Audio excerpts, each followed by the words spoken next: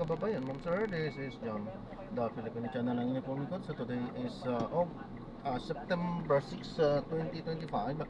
At tayo ngayon ay papunta dyan yan sa may High Precision Diagnostic Fairview, sa may Commonwealth Avenue, Fairview, Novaliches, Quezon City. At dadalhin po natin sa may SM City Fairview po yan, sa may Quirino Highway, Pasong Puti proper.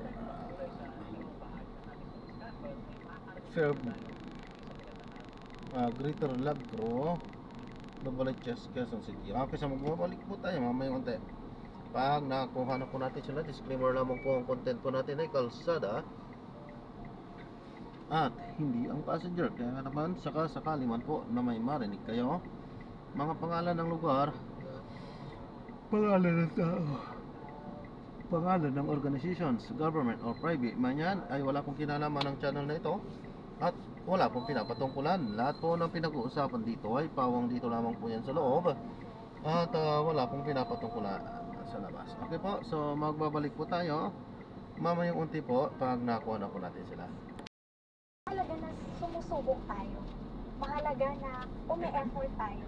Mahalaga na may mga binibigay tayong mga hakbang o kung anong mga action ang gagawin natin para malaman natin kung ito ba ay para sa atin. At kung halimbawa man na hindi tayo mag-success sa unang beses, hindi nangangahulugan yun, natitinig na tayo at hindi para sa atin. Pwede ba akong mag-share ng aking personal experience? Yes po. Ako yung hindi naiiyak sa experience na ito dahil ito yung nakapagpataas ng pangalan ng Panginoon.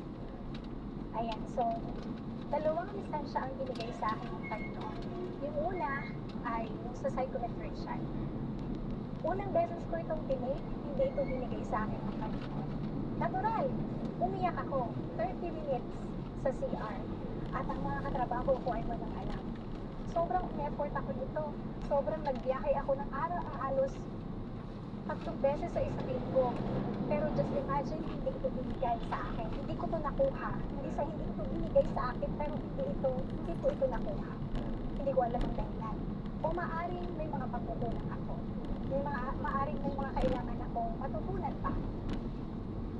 Hindi ako tumigil. Nag-decision ulit ako.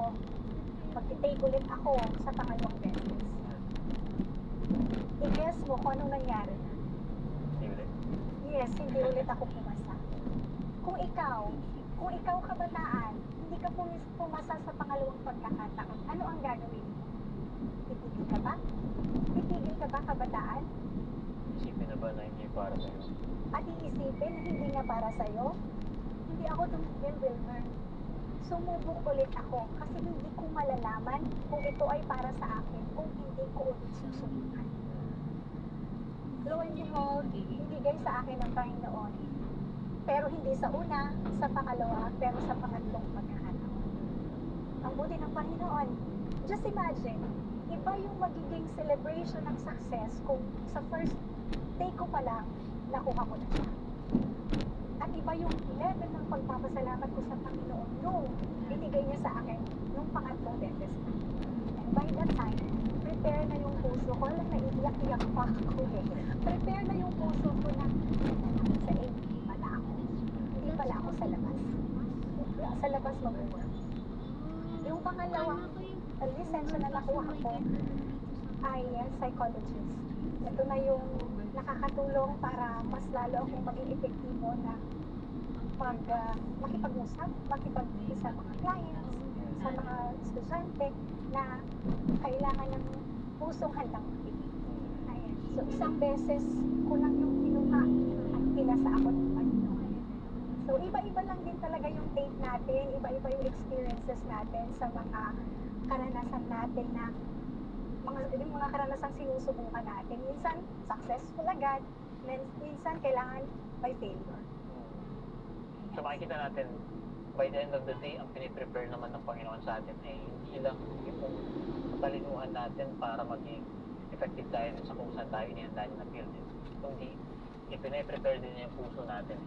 Diba? Yung character natin. Mas lalo tayo tinuturuan kung paano mag-depende sa Kanya. Mas lalo niya tayong tinuturuan kung paano magbalik ng credit sa Kanya. Mas lalo niya tayong tinuturuan na huwag magtiwala sa sarili lang natin, kundi kapartner natin siya sa lahat na magiging accomplishment natin. So, mabilis natin na pagtiwala ng sarili kapag umpisahan na kukuha yung mga bagay eh. Nakakalimutan natin ng Panginoon. Although hindi naman killjoy ang Panginoon na parang gusto mong pahirapan para lang mapansin mo siya.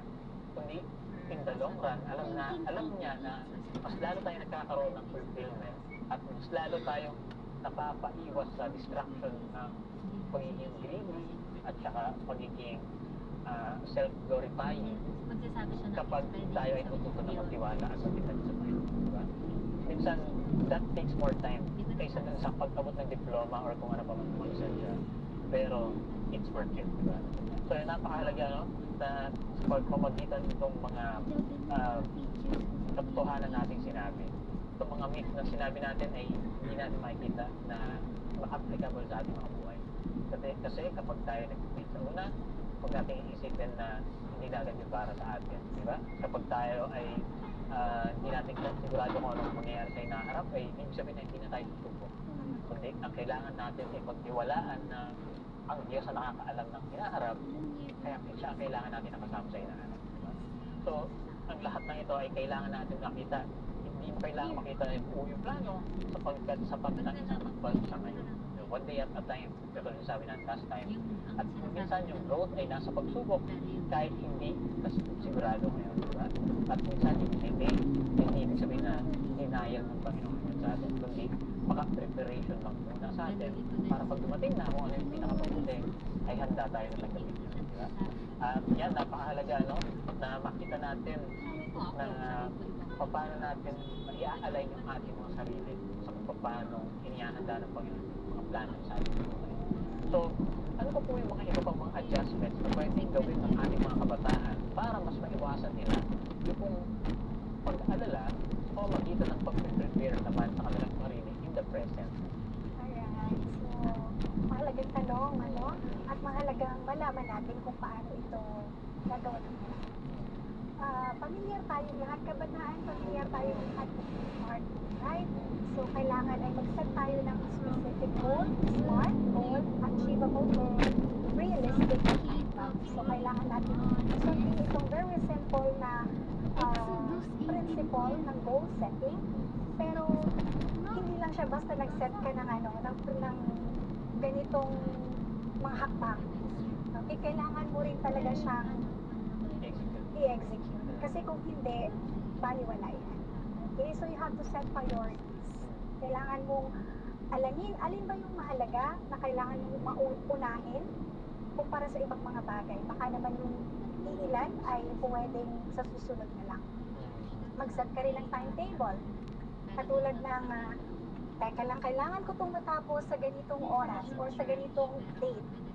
Pwede ba ulit ako mag-share ng aking Sige po. karanasan? So, dahil ang karanasan ay sa tingin ko ito'y best teacher para sa akin, ano? And alam ko na makaka-relate yung ating mga kabataan at baka rin magamit nila ito. Nung naghahanda ako para sa pangalawang board exam, hindi yun madali dahil I am preparing for our marriage. Yung kasal namin noong December 2020, I am preparing for the board exam. Ang kasal namin ay December, ang board exam ay February. Just imagine yung sobrang sabay-sabay. Nagpe-prepare din ako para sa classes and my year-end clearance. Ano pa ba ang mga bagay na ginawa namin noon? I think yun lang naman yung mga majors, no? And during that time, pandemic. Just imagine na-imagine mo ba ang sitwasyon, ano? Bibigat ng mga major evaluations. Oo, mabibigat talaga siya. Pero, sabi ko nga kanina, kailangan smart yung iyong goal. So, hindi lang ako tumigil sa pagiging smart, yung goal ko. Ang ginawa ko dito, nag-print talaga ako ng sa band paper, medyo malaki pala, medyo malaki yung pagka-print ko doon at nilagay ko siya sa isang sulok ng bahay na kung saan sa tuwing imumulat ko yung mga mata ko sa umaga, makikita ko, teka lang, ito pala yung goal ko. Wilma, ito pala yung goal ko, kailangan ko palang pumasa. Kailangan ko palang maging psychologist sa time na ganito. Pero alam mo ba, sa tuwing nakikita ko yun, minsan pinanghihinaan ako. Posible ba? Lord, kaya ko ba? Nagtatanong ako sa sarili ko, nagtatanong din ako sa Panginoon, hindi dahil nagagalit ako, pero tinitingnan ko yung kakayahan ko, very limited. Pero sa tuwing nakikita ko yon, pinapaalalahanan ako nun yung print sa mismong dingding. Sa tuwing inuulat ko nga aking mga mata, pinapaalalahanan ako nun na kailangan kong gawa ng aksyon yung gusto kong makuhang goal. So mga kabataan, kung may gusto kayong makuhang goal, hindi lang basta mag-set ng SMART goal. Kailangan mong i-print ito upang paalalahanan ka at lagyan mo rin ng date kung kailan para naman ganahan ka, no? Na gawin ito at abutin sa tulong ng Panginoon. At sa akin ay epektibo siya. Baka naman sa'yo ay epektibo din. Meron akong nabasa, no? Sabi doon ay, you cannot miss a target you did not set. So, habang hindi, kumbaga, kapag wala tayong sinet na target, ay parang wala patutunguhan tayo. Kasi pag gising mo sa umaga, ay, pwedeng gawin niya yan. Diba? At pag ganun ng mindset natin, masusubukan natin yung sarili natin na nagsasayang ng oras sa mga bagay na hindi ka pakipakinabang. Pero, na hindi naman makatulong sa well-being natin. Pero kapag may sinet tayo na goals, alam natin kung pagbangon natin, alam natin kung para saan tayo bumabangon, yung bubagayin yung thinking. Pero makikita natin na napakahalaga nun pagdating sa actual na pag-abot natin ng self-fulfillment at ang actual na functions natin sa bawat araw. Pero alamin naman po natin kung ano yung thoughts ng ating po mga kabataan about po sa topic natin today. So, kabataan, what do you think?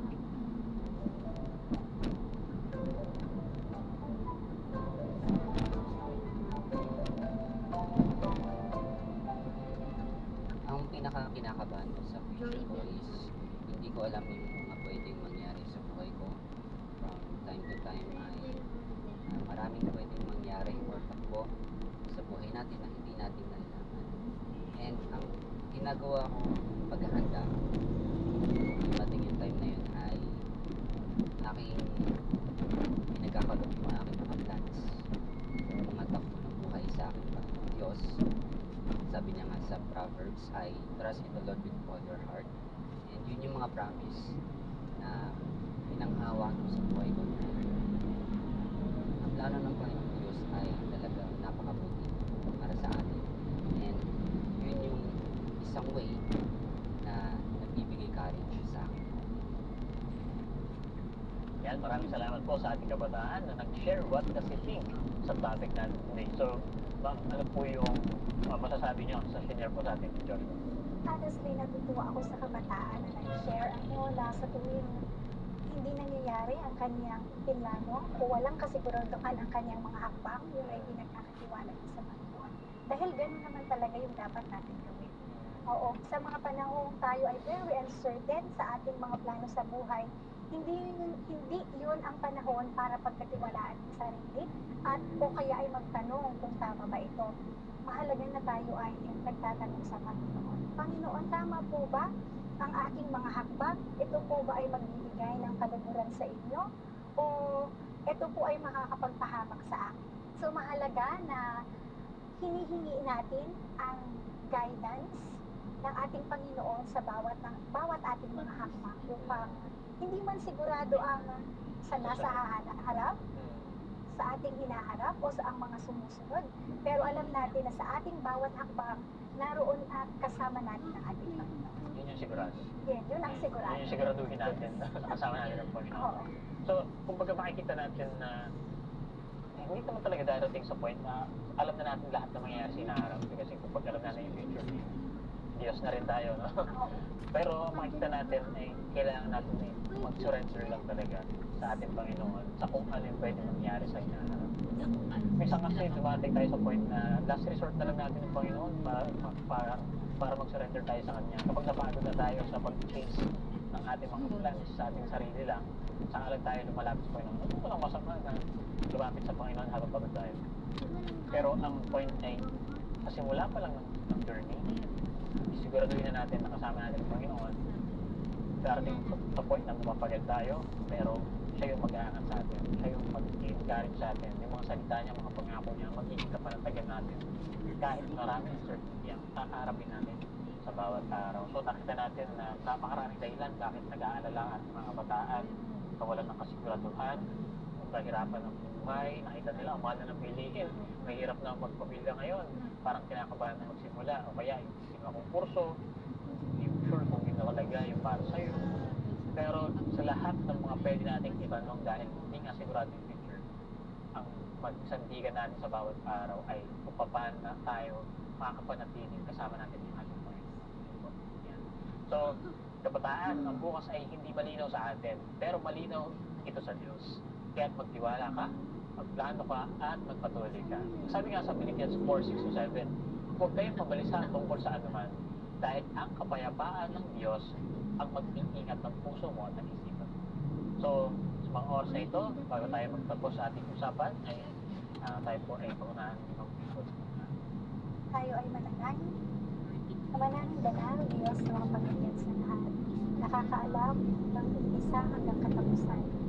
Tunay na napakaraming pag-aalala, suliranin, at kung ano-ano pa sa mundo ito na nagbibigay sa amin ng pagkabalisa, pagkalungkot at pagkatapos.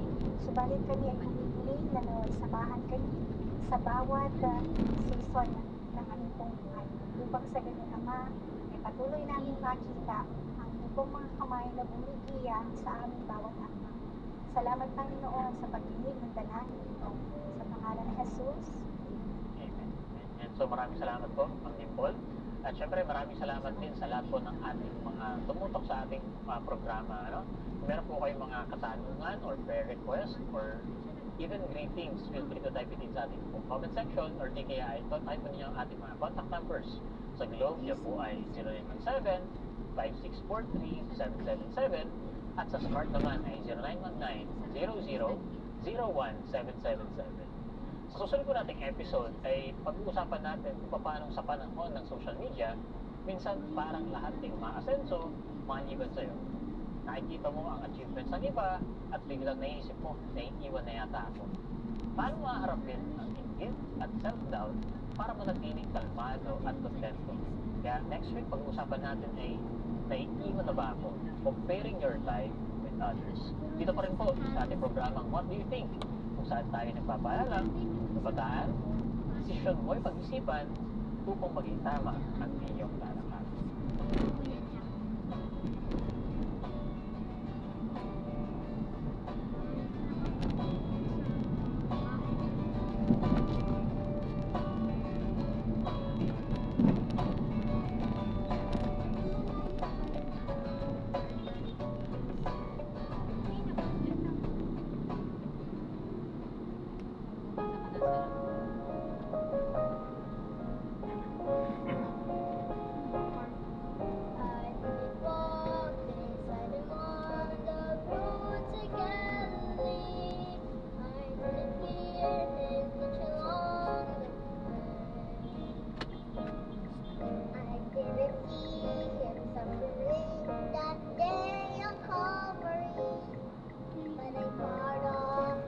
Sarado yata. Ay, meron no?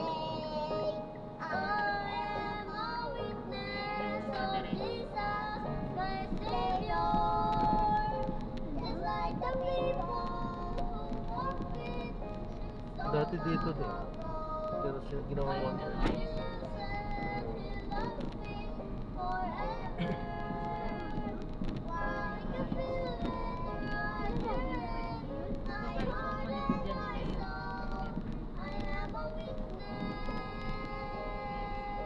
Iko-connect kaya yan, di ba hindi ka nila yan? Ay, entrance. Kay ara-ara yung MRT, di ba? Magkalaban yan. Alam ko po, SM po natalo sa bidding. Ay, SM ba? So, ibig sabihin siya nagpapagawa dyan? Parang hindi. Hindi po yung connection lang daw. Ay, sa connection lang. Ah, Pero akala yung ko. mismong Ah. kasi sa kanila po naka-stop eh. Kasi doon sa Drop off lang po. Ano ba? Ah, sige, sige. Wala palang drop off dito. doon siguro. Stop ng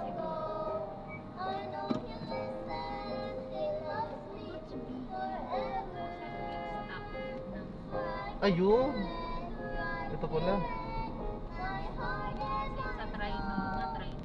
Parking. Ah. SM. Ayun, ito pala may may signboard pa.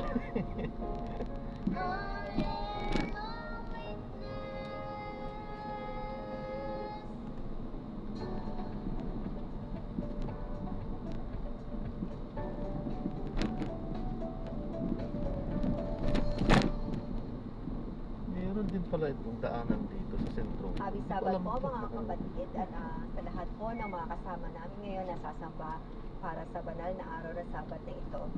Kami po ay nalulugod dahil Ito na ba? kayong mapapagtingkuran. So, siguro po bago tayo magpatuloy, kung meron po kayong kasama dyan na sumasamba, maaari po bang hilain yung batiin? Ingat po, ma'am. God bless po. Kasama mga kasama sa bahay or mga kaibigan, nais po namin kayo anyayahan na batiin po ang inyong mga kasama, katabi na kasama niyo po sumasamba ngayon. So, happy Ayan, Sabat so, po, pagpalain po tayo sa araw na ito. Na-i-drop na natin sila. So maraming salamat po sa panonood hanggang sa muli. Ingat at God bless. Paalam po muna po samantala tayo ay maghahanap-hanap na rin ng panibagong misyon. Pero gaya po ng Paano mga po? years na mga nakakarami, may mga panahon po na hindi ito madali. Di ba po? May mga panahon na challenging, nakakaranas po tayo ng mga trials or mga lakit sa ating paglilingkod. Pero nais ko po kayong padalhan ng isang inspirasyon mula po sa Biblia, sa mga salita ng Panginoon, na matatagpuan po natin sa Isaiah upang tayo pong lalo ay maging masigla at ma-inspire sa pagpapatuloy po ng ating paglilingkod sa ating Panginoon. Ito po ay matatagpuan sa Isaiah chapter 43, verses 1 hanggang sa verse 2 po. Basahin po natin Isaiah chapter 43, verses 1 and 2. Ang sabi po dito, ngunit ngayon ganito ang sabi ng Panginoon. Siya na dumalang sa iyo, O Jacob. Siya na nag-ano sa inyo, O Israel. Huwag kang matakot, sapagkat ikaw ay tinubos ko. Tinawag kita sa pangalan mo, ikaw ay akin. Napakaganda po ito. Napakaganda po na nung nadinig ko po ito, ako po ay naluha dahil alam niyo po yung tawagin tayo ng ating Panginoon na ikaw ay akin. Yan po ay something na very special para po sa akin. At verse 2, ito po yung inspirasyon. Ito po ay encouragement sa ating lahat para magpatuloy po tayo sa gawain. Kapag ikaw ay dumaraan sa tubig, ako yung makakasama mo. At sa pagtawid sa mga ilog, ay hindi ka nila aamawang, sapagkat ikaw ay lumalakad. Kapag ikaw ay lumalakad sa apoy, hindi ka masusunog at hindi ka tutubukin ng apoy. Yan po ay napakagandang inspirasyon mga kapatid, mga kaibigan, dahil tararas din po tayo talaga ng mga pagsubok, mga challenges along the way habang tayo po ay naglilingkod sa Panginoon. Ayan, so gagawa na po natin ng separate video itong ating susunod na mission. Paalam po.